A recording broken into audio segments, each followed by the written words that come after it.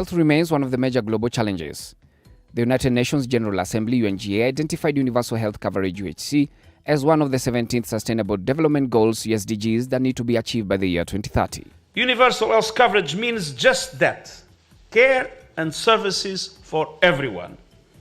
Equitable access, quality care, affordable services. Our goal must be to protect and promote physical and mental well-being for all.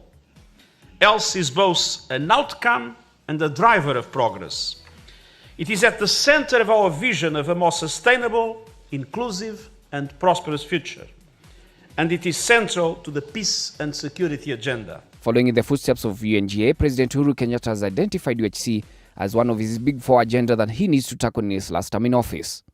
Just like its neighbors, Ethiopia is working round the clock to ensure that UHC is achieved in the country.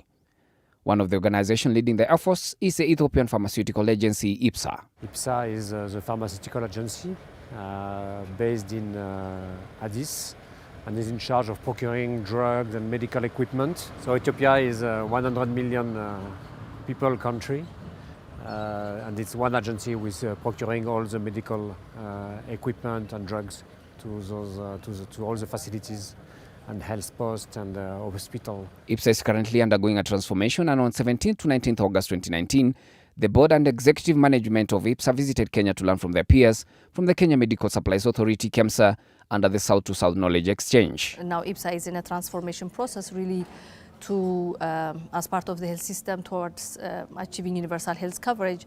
It plays really a key role in the health sector. So how can we support that transformation? The first stop for the EPSA delegation was the Strathmore Business School. They were welcomed by their host Deputy Vice Chancellor Planning and Development, Dr. Edward Mungai. What I intend to do briefly is to let you know who is hosting you and also see why this particular kind of a visit very much links with what the university is trying to do. We have a few slides here which have titled the overview, and it will take about 10 minutes because I have seen a very packed program. So in Strathmore we try to respect the programs of time. So thank you and welcome you all. Various KEMSA board members and senior management executives made presentations. Dr. David Kariuki represents the Ministry of Health.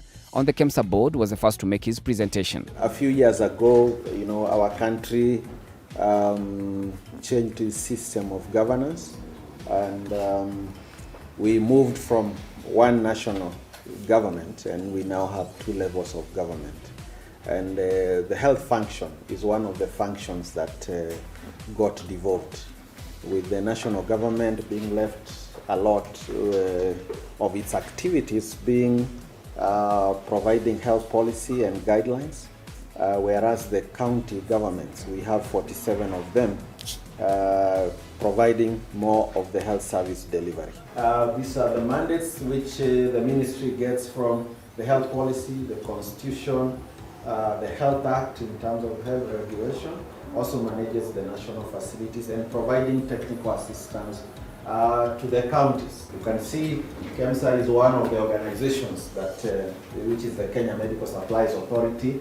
The act has since been amended, I think it's 2018 now, the new act to be able to make the Kenya Medical Supplies Authority respond to the current needs of the country in terms of healthcare products and technologies, logistics. The major issue currently in the country, if you get to meet any of our people in the health sector, is universal health coverage, to ensure that the 6.2% of Kenyans who fall into poverty annually on average due to catastrophic health expenditures will no longer have to do that. And so we want to make healthcare more affordable by providing financial protection. But providing financial protection in itself does not still assure that they get the services they need. Therefore, we also have to look at services, whether they are accessible, wherever they are, they must be equitable. That even if I was to travel to the border close to Ethiopia today and I need some health service, I should be able to get it nearly the same way I would have gotten it here, especially the basic essential service. So So we believe that by 2022, we can have 100% access to health services, an essential package across the country, 100% access to essential medicines, where now the Kenya Medical Supplies Authority has actually been mandated by government, being the government's agent to provide all commodities, whereas KEMSA has previously been only dealing with the pharmaceutical products, largely maybe over 90%. Now we have given them also 100% supply of medical devices and non-pharmaceutical. Ms. Penina Mukabane, representing the Council of Governors in the KEMSA board, took through the EPSA members on the role of county governments in delivering UHC. Yeah, you realize that the national government has done quite a lot to ensure proper health service delivery up to the lowest level. But it's also important to realize that health service delivery is a devolved function as at now. So it is the duty of the county governments to provide service delivery at the lowest level, right from the community level up to the county referral hospitals. National government takes care of the national referral facilities. Since devolution in 2013, we have realized quite a bit of progress in health service delivery, in that the governors and the area members of the county assembly, they know specifically what the residents want. So the Ministry of Health may come up with policies and guidelines on how this should be done, but actually implementation is done in the counties. And we are glad that for us to provide this service delivery at the county level, KEMSA also has come up with a way of helping these counties to be able to forecast accurately what they will need. And this is for the benefit of both the counties and KEMSA, so that within the counties there is no outcry of stockouts of medical commodities in the facilities.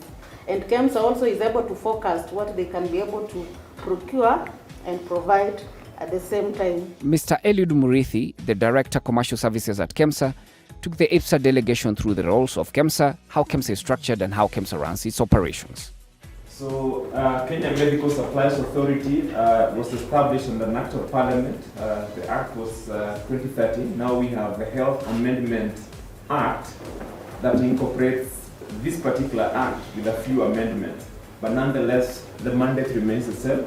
The mandate is procurement, warehousing, and distribution of essential medicines and medical supplies. And also we are supposed to establish a network of storage, packaging, and distribution to county health facilities. We do last mile distribution, okay, to the doorsteps of each and every facility. And then enter into partnerships with county governments and other relevant strategic partners. So we have signed MOUs, or Memorandum of Understanding, with the counties and other strategic partners, the likes of USAID, Global Fund, UNICEF, JAPIEGO, UNFPA, basically almost all partners who are in healthcare in Kenya. So in Kenya we do procurement, warehousing, and distribution for USAID, for Global Fund, and other entities. And we charge them fees for services. We do have a board of directors. The board is composed currently of 8 members. We have a non-executive chairperson who is appointed by the president, the principal secretary or the PS Minister of Health or representative, and then we have the principal secretary Minister of Finance or representative, and then we have a representative from Council of Governors. We thought it is prudent for us to have somebody representing the Council of Governors because the counties are our biggest client. 3 other persons who are independent members comprising of specialist supply chain matters, pharmacy, and finance. And then of course our CEO is an ex-official member of the board. KEMSA has been assisted by development partners to be what it is in terms of transformation.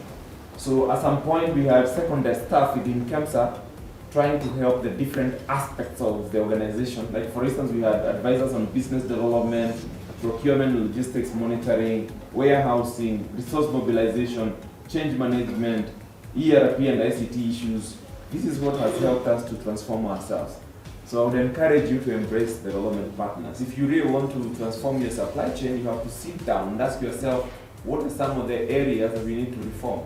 We come up with a roadmap, or call it a reform agenda. And that's what exactly we did. And we consistently monitored where we are and the different activities that we had chosen to transform. So for instance, on governance, we were able to restructure the composition of the board. You see, we brought some experts in finance, supply chain. Before it was basically government officials who were in the board. Okay? And then legal reforms, we didn't have an act of parliament. We were established through a legal notice. And when you establish through a legal notice, the president can wake up one day and say there's no KEMSA. But when you have an act of parliament, it would be very difficult. The worst you can do is there's no vote, you understand? So I don't know how you established. If you're not established through an act of parliament, I would encourage you to go that direction. So we transformed our procurement systems through the support of World Bank. We introduced ICT tools. We didn't have an ERP system. And then, of course, we were able to kill parallel supply chain systems after the transformation of our operations. Hence, the development partners had confidence in our operations. So they were able to trust us with their money. Okay? And then, of course, we did a lot of organizational restructuring and aligned ourselves to the new business by coming up with a new business model to respond to the evolution of healthcare. The EPSA delegation got a chance to ask questions and seek clarifications from the KEMSA delegation. In our case, the responsibility of this procurement agency, the Property Administration and Procurement Agency that we have at the federal level is responsible for monitoring all the best procurement done by the public entities. So I wish to hear more from KEMSA's experience. What relationship do you have with this big guide and your responsibility as specifically to medical and pharmaceutical supplies? So what are the laws that govern that in the agency, if you have one, and what are the specialties when it comes to KEMSA responsibility with medical supplies and pharmaceutical supplies? So KEMSA in the first place is a public entity. It is a parastatal under the Ministry of Health. So in Kenya, we have the procurement laws, which are under the Public Procurement and Disposal Act. So all our procurement are purely under the Public Procurement and Disposal Act. That is what we follow to the latter. However, during presentation, you were shown some development partners we are working with, like World Bank in particular. Whenever we are doing procurement for them, they always do insist that we must use their laws in conjunction with the Kenyan laws where applicable. So depending on who we are buying for, we can adopt to the laws of those institutions. There was a lot of meaningful interactions during the Strathmore Business School session, and the EPSA delegation found it very useful. There's a lot we've learned, and I hope they will also have some things to learn from our system as well. But to continue the growing this partnership is one thing I would like to say. The other thing I would also like to thank is also the Pamela Steele for organizing this great exchange visit. And I think as a also as a governing board, this is really this was a great opportunity for us. The nerve center of KEMSA's operation is its warehouse. On Monday, 19th August, the EPSA delegation had a chance to visit KEMSA warehouses in Embakasi to learn more about how KEMSA handles quality control, warehousing, logistics, and distribution.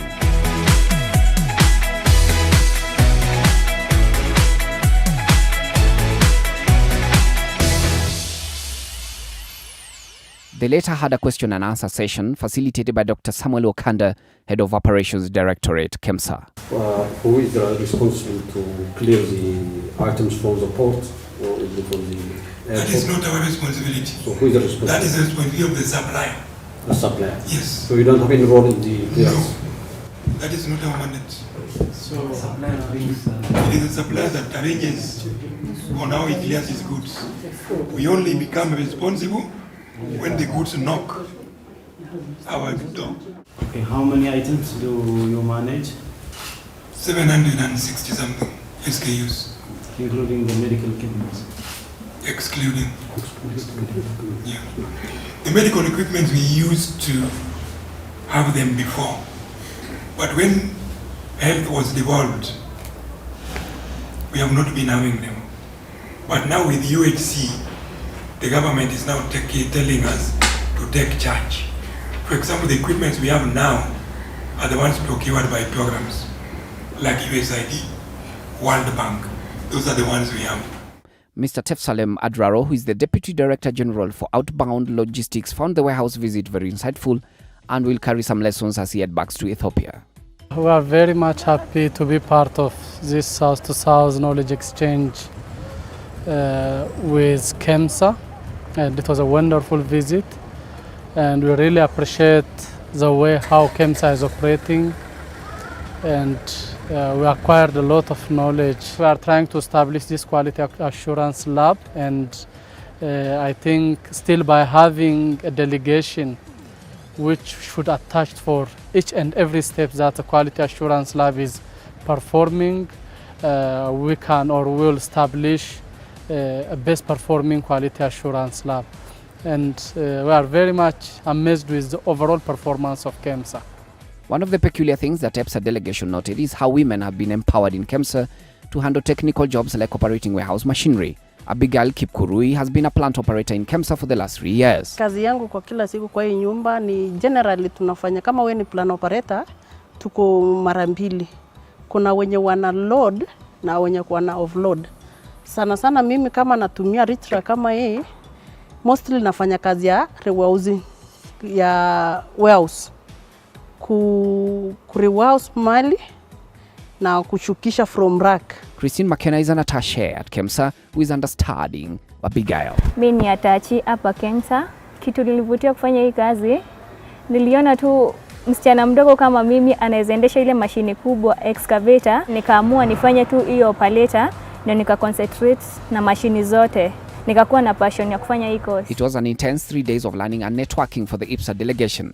As they go back home, they carry important lessons that they can and will use to fast-track the transformation journey as attested by Dr. Loko Abraham, the Director General of EPSA. አንደኛ የቦርድ ኮንስቲትዩንሲ ነው። ስለዚህ ቦርዱ እንዳዲስ መመሪያውንም ንዑሳን ኮሚቴዎች እንዴት ይዋቀራሉ፣ ምን ይሰራሉ፣ ምን እንዴት ይደራጃል የሚለው አንደኛ ነው። ስለዚህ ይሄ ትልቅ ግብአት ነው። በሚቀጥለው አመትም አይጠብቅም፣ በአጭር ጊዜ ወደ ኢምፕሊሜንቴሽን መንገባበት ነው።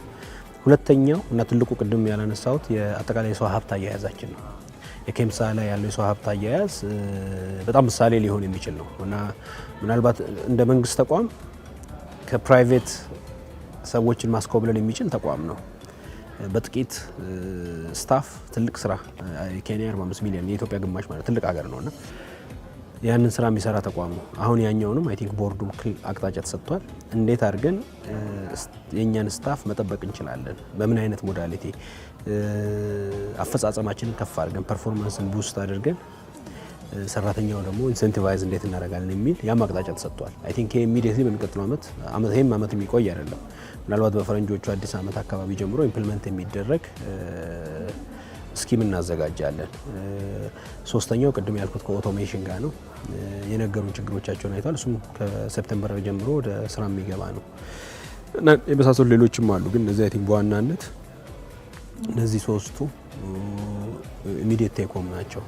ከሁሉም በላይ ደግሞ የሂውማን ሪሶርስ አካባቢ ያለው አስተዳደራችን እንዴት ነው ኢንሴንቲቫይዝ የምናደርገው፣ ሪቴንሽን፣ ካሪየር ዴቨሎፕመንት እዛ አካባቢ ያሉትን ልምዶች ኢሚዲየትሊ ኢምፕሊመንት እናደርጋለን ብለን እናስባለን። The South-to-South Knowledge Exchange Program has been a key catalyst ensuring that UHC is achieved in sub-Saharan Africa. I think this is part of what we call good neighborliness in terms of East African sub-region. So there's cooperation at the higher level, but at the level we are interacting with colleagues in Ethiopia. I think this should be encouraged because we are neighbors, we are probably got the same fate, and I think it's good for us in terms of looking for opportunities where we can synergize on our resources and also learn from each other where we can learn and where we can exchange notes on similar problems that we have faced in terms of health sector. So I think this is important, and it's something that should be encouraged across all sectors. The EPSA delegation traveled back home equipped with skills, knowledge, and with the confidence to tackle the challenges ahead of them. It's only a matter of time before EPSA is fully transformed.